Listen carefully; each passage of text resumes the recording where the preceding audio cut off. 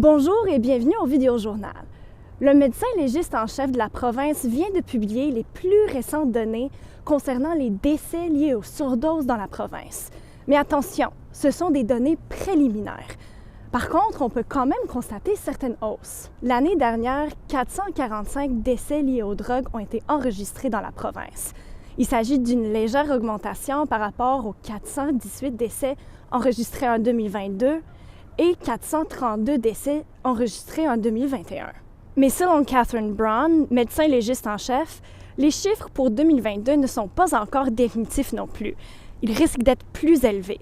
Et c'est la même chose pour 2023. Alors, qu'est-ce que ça veut dire? Bien, tout simplement que les choses ne s'améliorent pas et que le nombre de décès liés aux surdoses reste en hausse.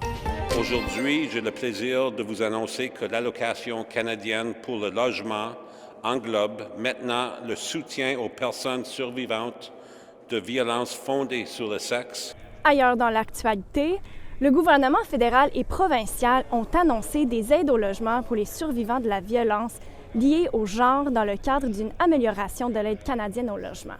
Cette amélioration est destinée aux survivants de la violence, y compris des femmes, des enfants et des personnes LGBTQ, pour leur aider à trouver un endroit sûr à vivre. Il s'agit des logements qui vont aider les personnes à un moment critique de vulnérabilité alors qu'elles fuient la violence. Too many individuals, particularly survivors of gender-based violence, are denied that basic necessity. Le gouvernement fédéral investit 13,7 millions de dollars pour créer ces options de logement.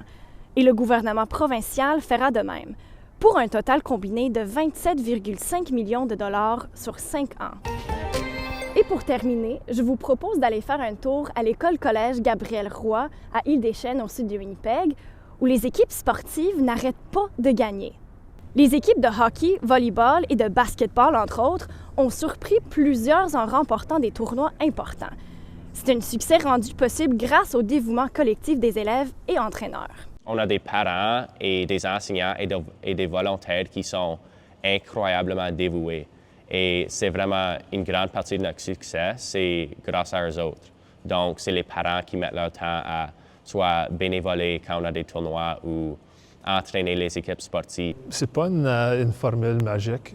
Je pense que qu'est-ce qui est constant avec tous nos sports, c'est qu'on a du dévouement des élèves, premièrement. Plusieurs élèves qui donnent beaucoup de leur temps à leur équipe.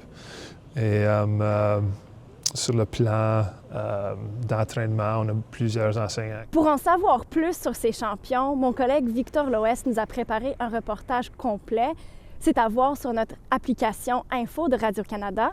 Et c'est là où vous me retrouverez demain pour un autre vidéojournal.